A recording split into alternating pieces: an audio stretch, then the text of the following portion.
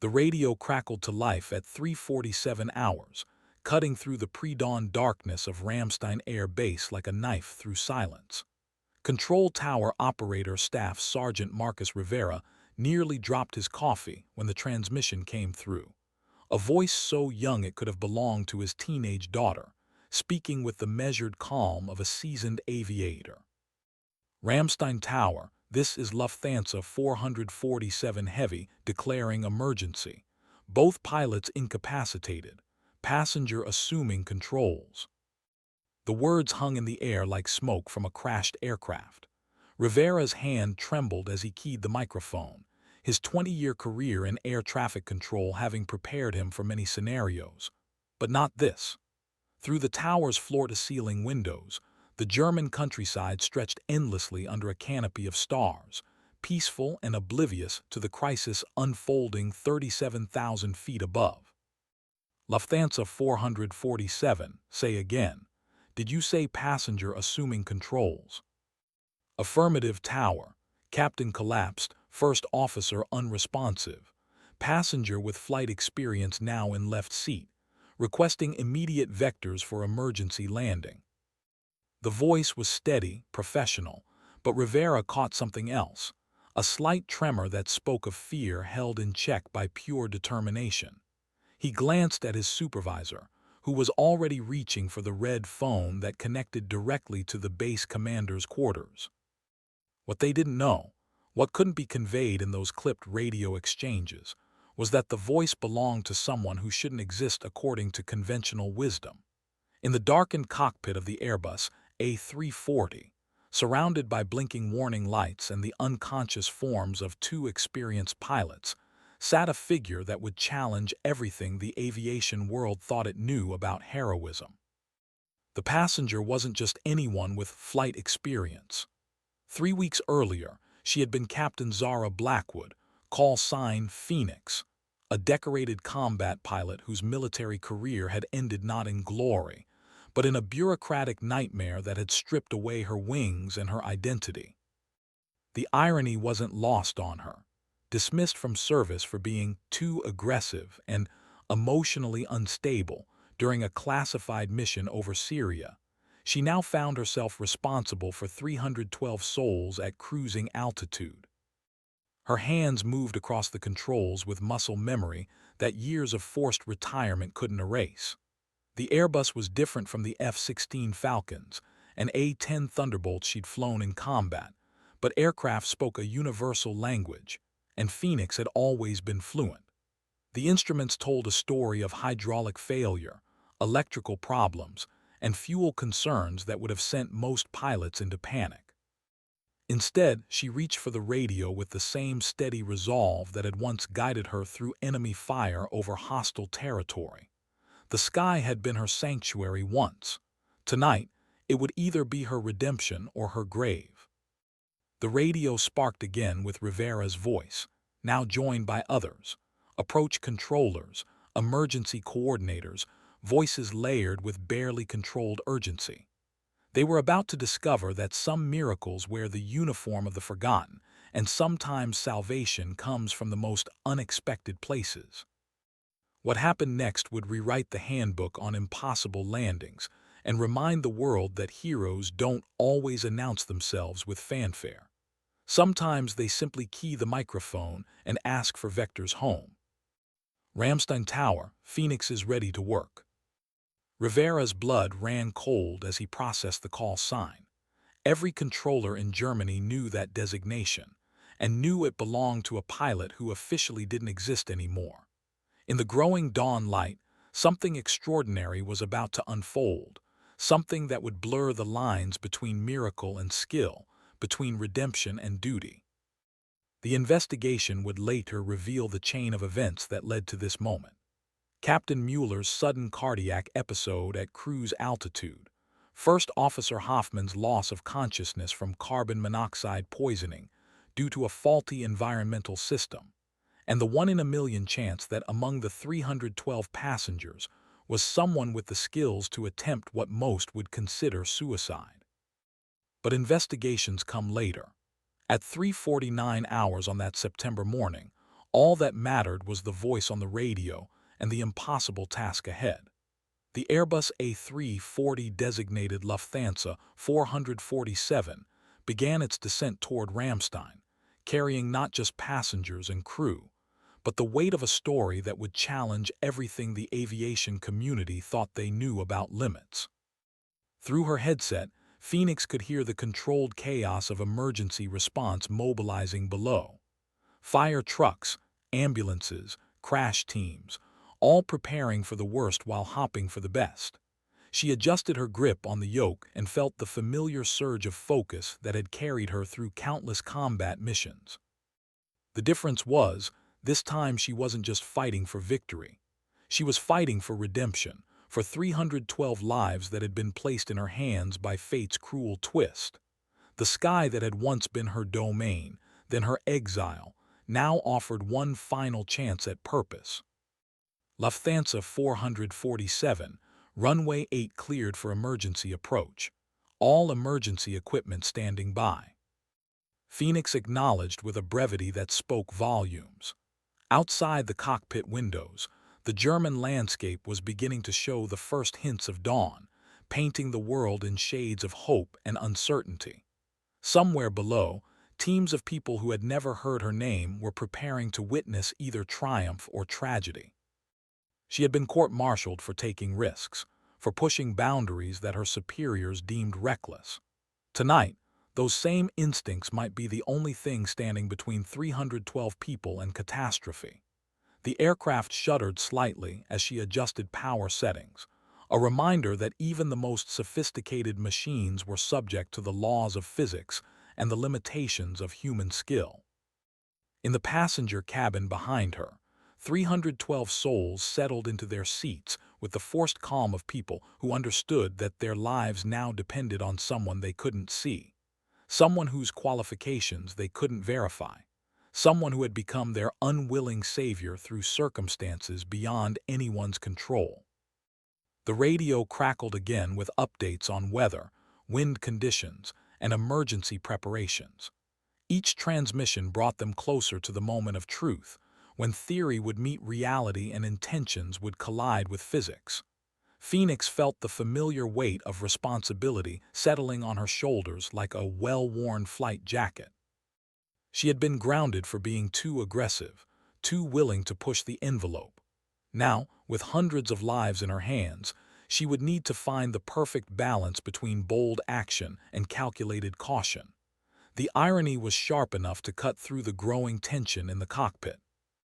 As the Airbus continued its descent toward Ramstein, Phoenix allowed herself one brief moment to consider the path that had led her here.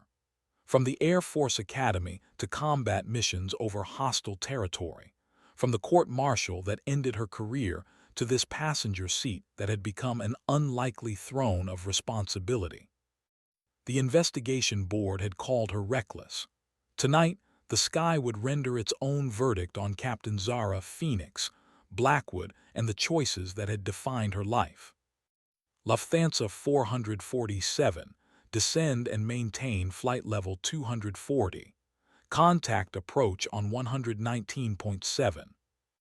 119.7, Lufthansa 447, Phoenix copies.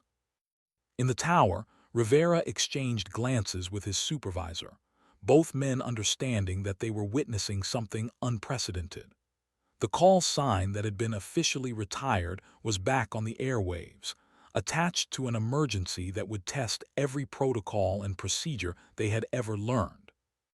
The aircraft's transponder painted a steady blip on the radar screen, each sweep bringing it closer to German airspace and to a confrontation with the ground that would determine whether this night would be remembered as a miracle or a tragedy.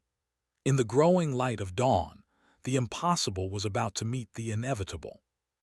Phoenix checked her instruments one more time and began the mental checklist that would guide her through the next crucial minutes. Behind her, the unconscious pilot served as a stark reminder of how quickly things could change, how rapidly the routine could become extraordinary.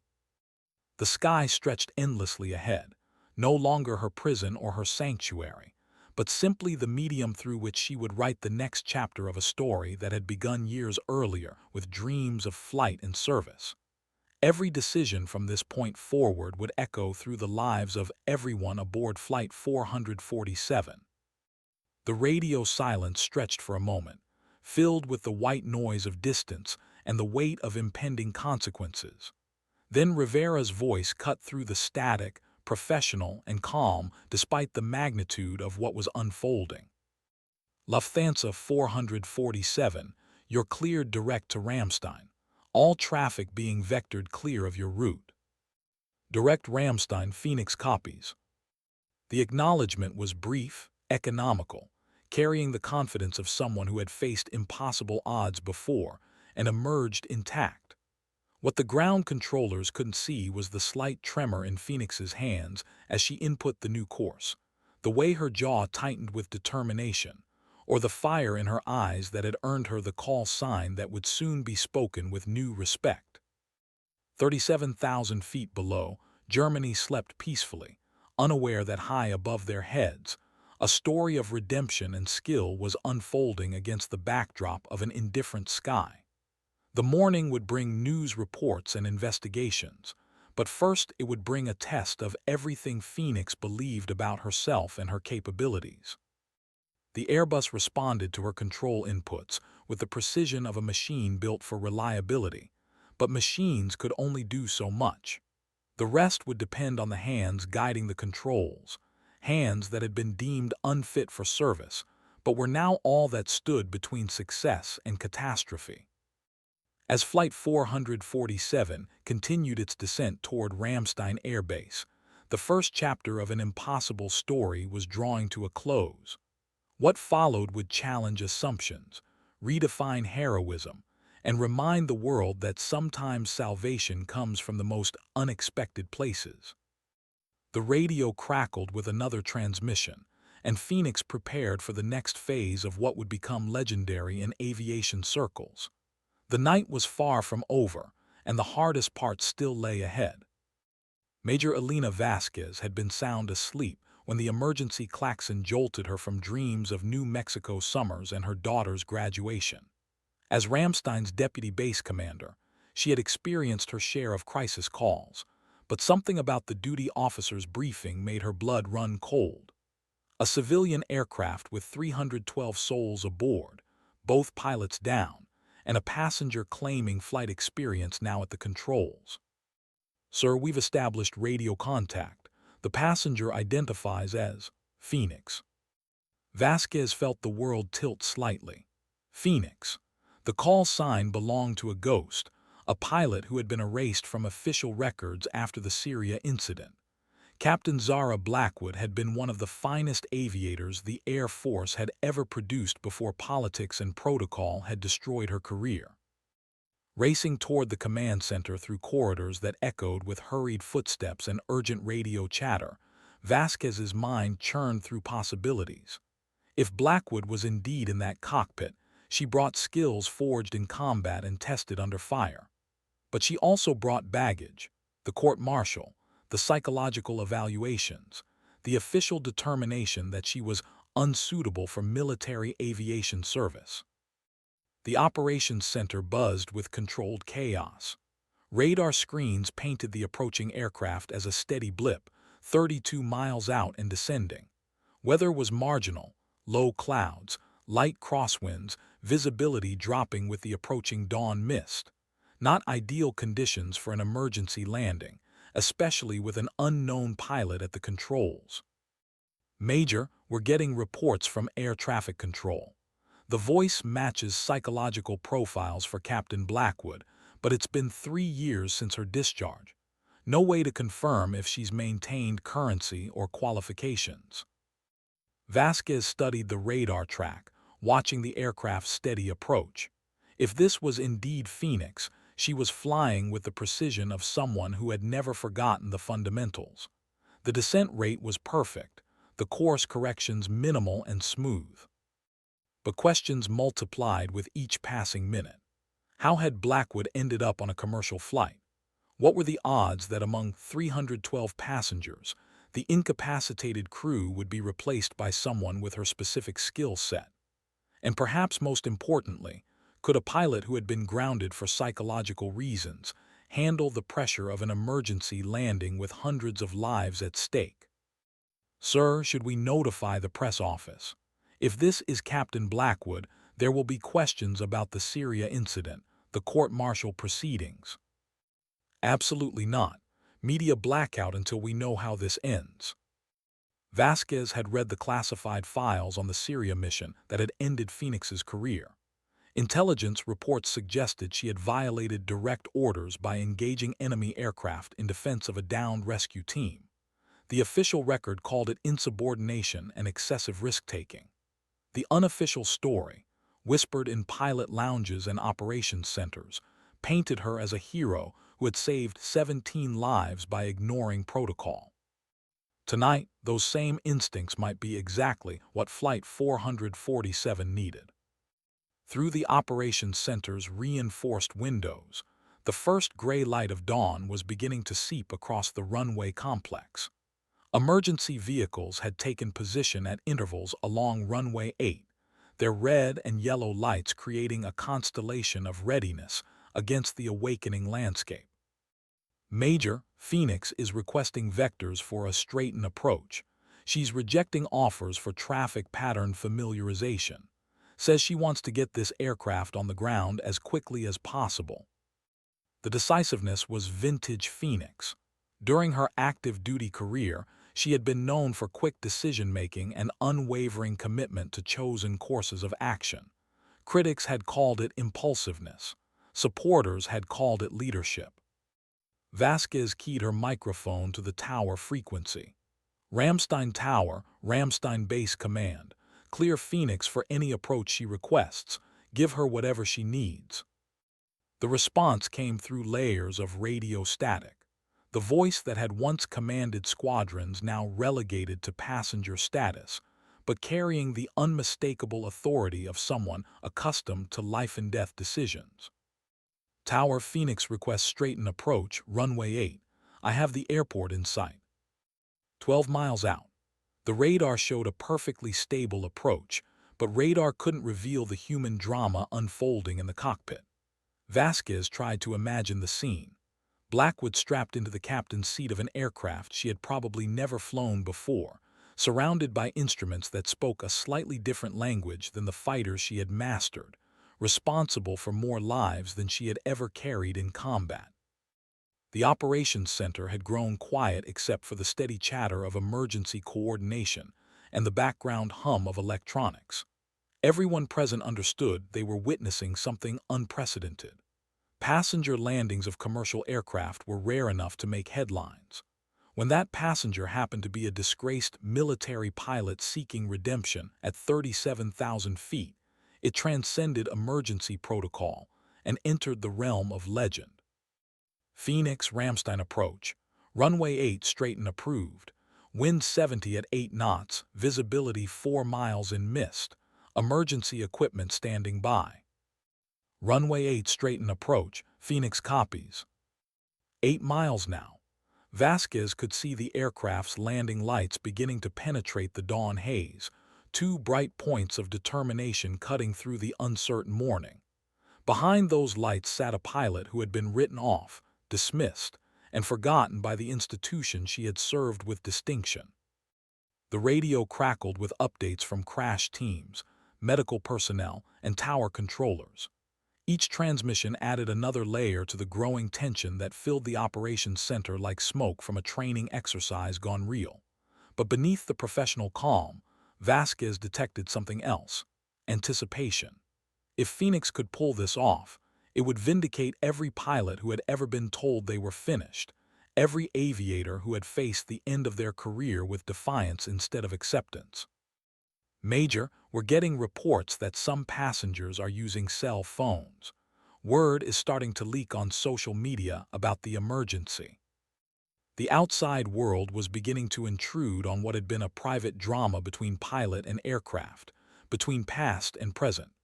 Soon, there would be cameras, questions, and consequences that extended far beyond the simple matter of getting 312 people safely on the ground. But that was future concern. Right now, at 4:02 hours on a September morning, all that mattered was the steady approach of an aircraft guided by hands that had once been deemed unfit for service, but might now prove to be exactly what salvation looked like. The approach continued with mechanical precision, each mile marker bringing Flight 447 closer to its appointment with the runway and with history. In the growing light, the impossible was about to meet the inevitable, and the world was about to rediscover Captain Zara Phoenix Blackwood. Inside the cockpit of Lufthansa 447, Phoenix methodically worked through emergency checklists that she had never seen before but that followed patterns burned into her memory through thousands of hours of flight training. The Airbus systems were more automated than the fighters she had flown, but aircraft shared a common language, and she had always been fluent. Captain Mueller remained unconscious in the right seat, his breathing shallow but steady. The first officer showed signs of carbon monoxide poisoning, his complexion gray and unresponsive to verbal stimuli. Phoenix had considered moving them, but decided that any disruption might affect the aircraft's stability.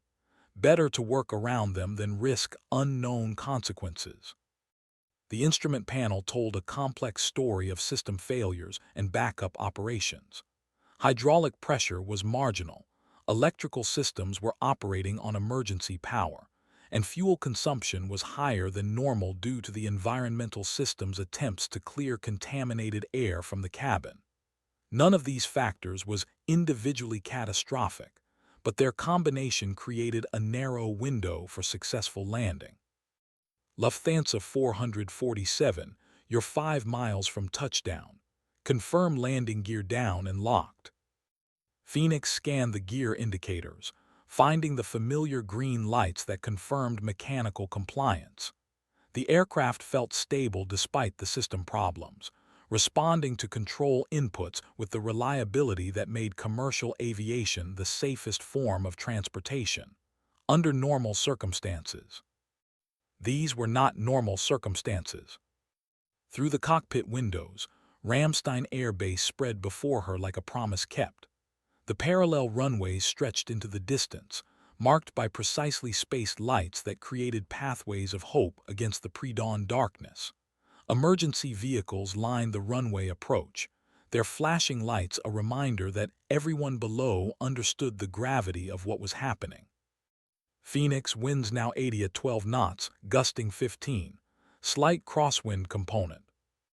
She acknowledged the wind report while calculating the necessary corrections. Crosswind landings had been a specialty during her military career, learned through countless hours of practice at remote airfields where runways didn't always align with prevailing winds. The Airbus would handle differently than an F-16, but the principles remained constant. The radio brought another voice, this one carrying the authority of command. Phoenix, this is Major Vasquez, Ramstein Base Commander. Do you require any additional assistance? The call sign attached to a name she recognized from personnel files and promotion lists. Elena Vasquez had been a rising star in Air Force logistics when Phoenix's career had imploded. Competent, professional, and politically astute, everything Phoenix had failed to be during the Syria incident. Negative, Major. Phoenix has the aircraft, requesting crash and rescue standing by for precautionary measures. They're in position and ready. You're cleared to land any runway, any approach. We have complete confidence in your abilities. The words carried weight beyond their professional necessity. Somewhere in that transmission was an acknowledgement of skills that had been officially discredited, a recognition of competence that bureaucracy had denied. Phoenix felt a familiar surge of determination, the same emotion that had driven her through combat missions and sustained her through the darkest days after her court-martial. 2 miles from touchdown. The runway threshold lights were clearly visible now, white precision approach path indicators showing slightly high on the glide slope. She made minor power adjustments, feeling the aircraft respond with the predictability that engineers had designed into every system. Behind her, the passenger cabin remained calm under the management of flight attendants who understood crisis control.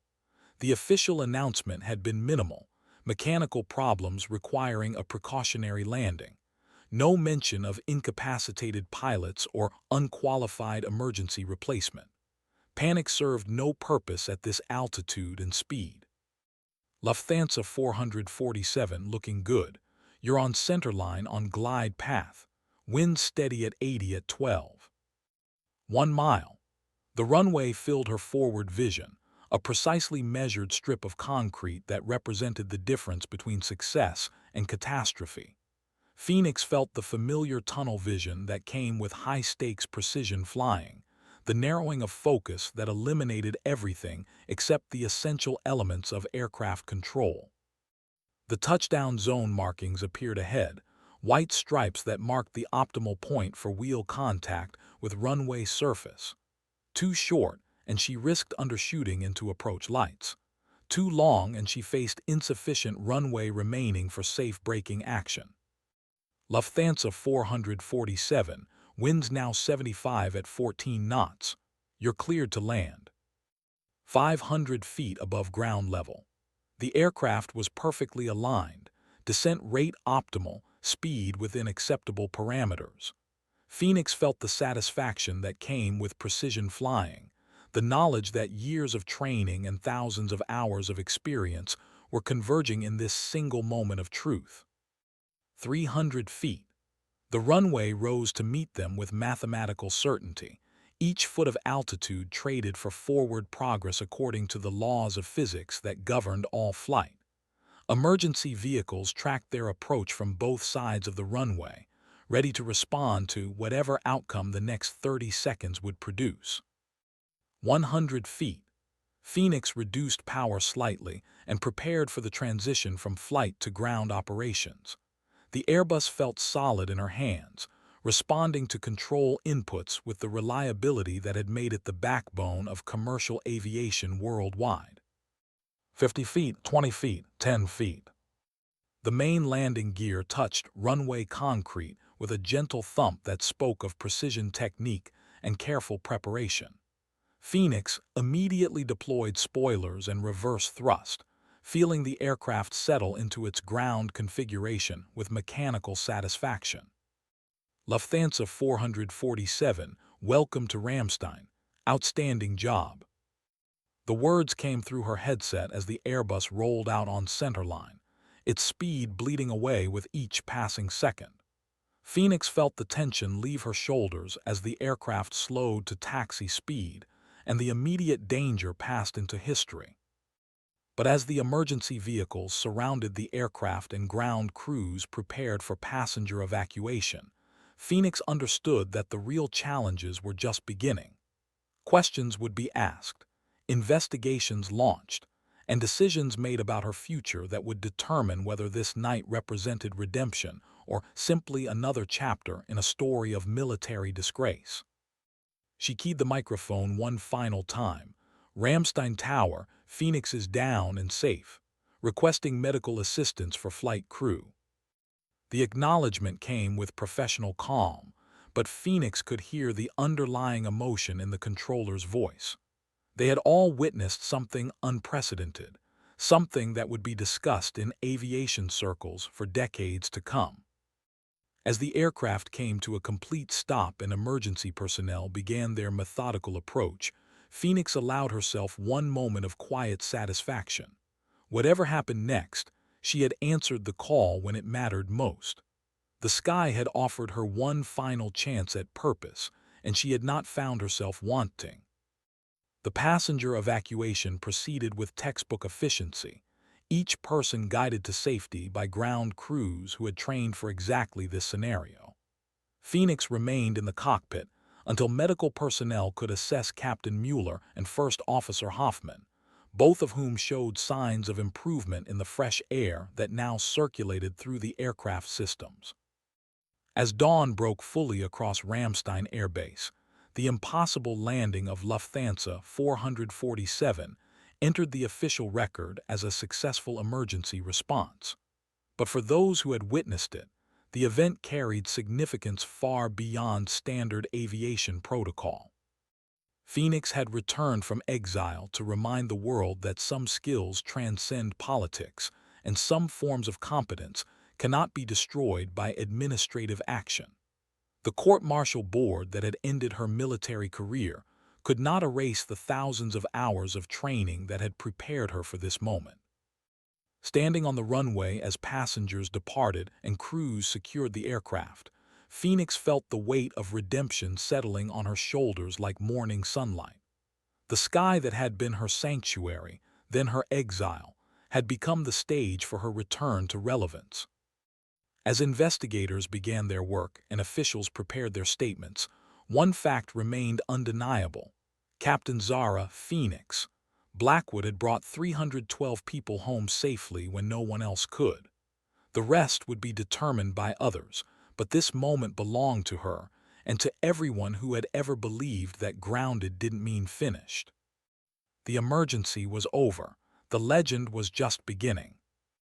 Within hours of the landing, senior Air Force officials began arriving at Ramstein, their staff cars creating small convoys of brass and bureaucracy, converging on what had been a routine emergency response.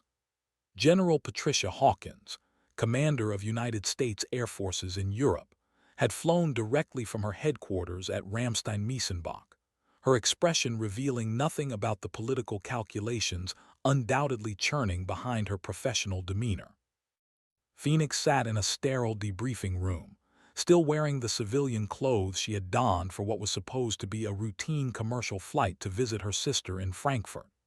Across from her, a collection of officials represented various interests: Air Force investigators, Federal Aviation Administration representatives, German aviation authorities, and Lufthansa's chief pilot, Captain Hans Richter.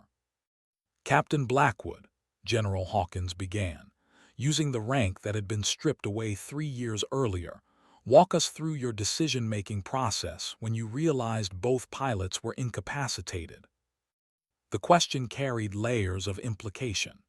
Military protocol demanded that civilian passengers defer to commercial aircrew in all circumstances. Phoenix's decision to assume control could be interpreted as another example of the insubordination that had ended her career. "Ma'am, I assessed the situation and determined that immediate action was required to prevent loss of life. Both pilots were unconscious.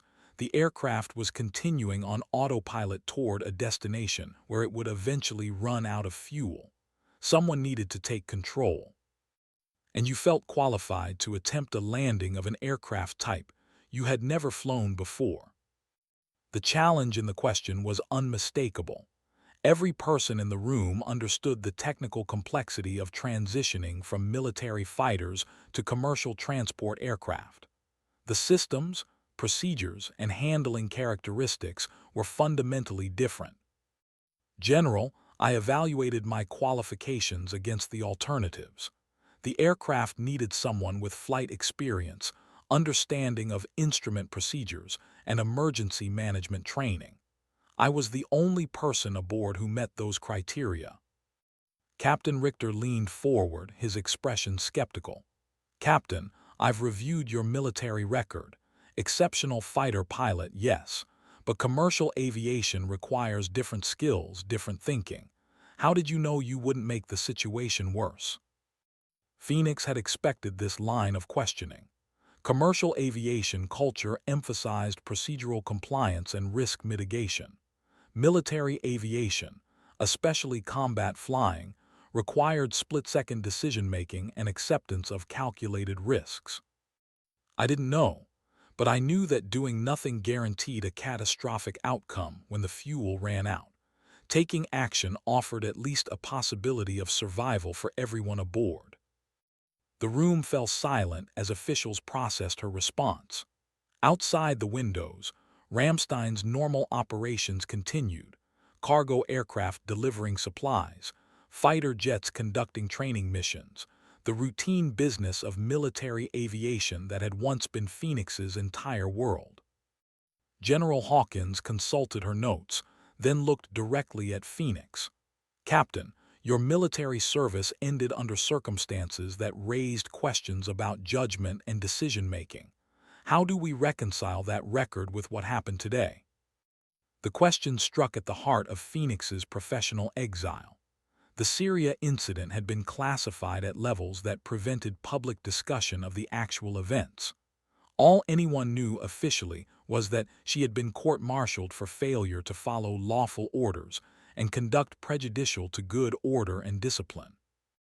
"Ma'am, I understand the concerns about my previous service record, but I would respectfully submit that today's events demonstrate that experience, training, and commitment to mission accomplishment haven't been diminished by administrative actions." It was a careful response, threading between insubordination and self-advocacy. Phoenix understood that every word would be analyzed, recorded, and potentially used in decisions about her future. The FAA representative, a woman named Sarah Chen, had been silent during the military discussion. Now she spoke with the authority of someone who regulated commercial aviation safety. "Ms. Blackwood, our preliminary investigation shows that your landing was executed with exceptional skill. Approach angle, speed control, touchdown point, and rollout were all within optimal parameters for the conditions." The acknowledgement carried weight that transcended military politics. Commercial aviation safety standards were absolute, measured not by intentions but by results. Phoenix had delivered results that met or exceeded professional benchmarks. "However," Chen continued, "we have concerns about the precedent this sets. Passengers cannot be permitted to assume control of commercial aircraft without proper certification and currency requirements." Another layer of complexity. If Phoenix's actions were officially endorsed, it might encourage other unqualified individuals to intervene in emergency situations, potentially creating more dangers than they solved. Captain Richter nodded agreement with the FAA position. Lufthansa's preliminary investigation confirms exceptional performance under circumstances that would challenge any pilot, but we cannot officially approve of passenger intervention in commercial flight operations. Phoenix understood the institutional constraints. Organizations required predictable policies and standardized procedures. Individual heroics, no matter how successful, created problems for systematic risk management. "I understand the policy concerns," she replied carefully. "My actions were not intended to establish precedent, but to respond to an immediate threat to life. I would hope that any evaluation would consider the specific circumstances that made intervention necessary." General Hawkins studied her for a long moment, clearly weighing multiple factors beyond the immediate technical success of the landing. Phoenix's military record was complicated, marked by exceptional performance followed by spectacular disciplinary failure. How that translated to civilian aviation emergency response remained an open question. "Captain Blackwood, I want to be clear that today's events don't automatically resolve the questions raised by your previous service record, but they do demonstrate skills and judgment that merit serious consideration for future opportunities." The words were carefully chosen, offering neither vindication nor condemnation, but acknowledging that exceptional performance demanded recognition regardless of past controversies. As the debriefing continued through the morning, Phoenix found herself caught between competing narratives. To some, she was a disgraced former military pilot whose unauthorized intervention had created liability and policy concerns.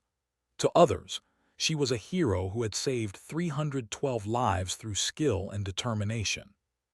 The truth, as always, was more complex than either narrative allowed. Phoenix was a highly skilled aviator whose career had been derailed by political considerations and bureaucratic judgments about acceptable risk tolerance. Today's events proved that technical competence and crisis management abilities remained intact despite official sanctions. But competence alone wouldn't determine her future. The same institutional factors that had ended her military career would influence how today's emergency response was officially interpreted and what opportunities might follow. As the formal interviews concluded and officials departed for their respective headquarters, Phoenix remained in the debriefing room, alone with her thoughts and the weight of an uncertain future. The successful landing had answered questions about her ability to perform under pressure, but it had also raised new questions about her place in an aviation community that valued predictability over individual heroics. Outside the window, commercial aircraft continued their approach to Ramstein's civilian terminal, each landing a routine affirmation of professional competence and system reliability. Phoenix watched them with the appreciation of someone who understood both the complexity and the mundane nature of successful aviation operations. Her cell phone buzzed with missed messages from reporters, former military colleagues, and family members who had seen the emerging news coverage. The story was spreading through social media and aviation forums, creating a narrative momentum that would soon exceed her ability to control or influence. But in the quiet of the empty debriefing room, Phoenix allowed herself a moment of satisfaction that transcended career considerations or political implications. When the moment had demanded everything she had learned and trained for, she had not been found wanting. The sky had called, and she had answered with the best of her abilities. Whatever came next would be determined by others and influenced by factors beyond her control. Today, she had been exactly who she needed to be at the moment when it mattered most. For a pilot, that was success by any measure that counted.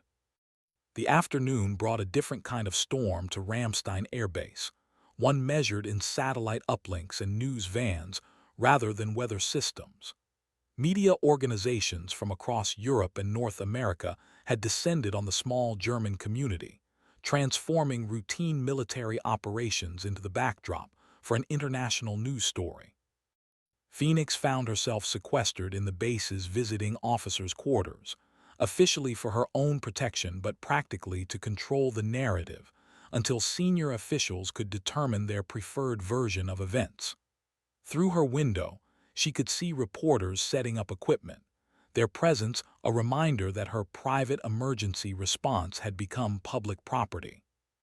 Her phone had been buzzing constantly since noon, displaying numbers she recognized from her Air Force days mixed with media outlets and organizations she had never heard of. Voice messages revealed a spectrum of reaction that ranged from congratulation to condemnation, often from the same sources that had once declared her unfit for military service. Colonel James Morrison, Ramstein's base commander, knocked softly before entering. Phoenix had served under Morrison during her early career, when both were junior officers learning their craft at different bases and different times. His expression revealed the complexity of their current situation. "Phoenix, we need to talk about what happens next." She gestured to the chair across from her small table, noting how Morrison maintained the informal address despite the changed circumstances. In military culture, call signs often survived rank changes and career transitions, creating continuity that transcended official status. "Sir, I understand this creates complications. I didn't expect the media attention." Morrison settled into his chair, his expression thoughtful. "The media attention is manageable. What's complicated is the policy implications.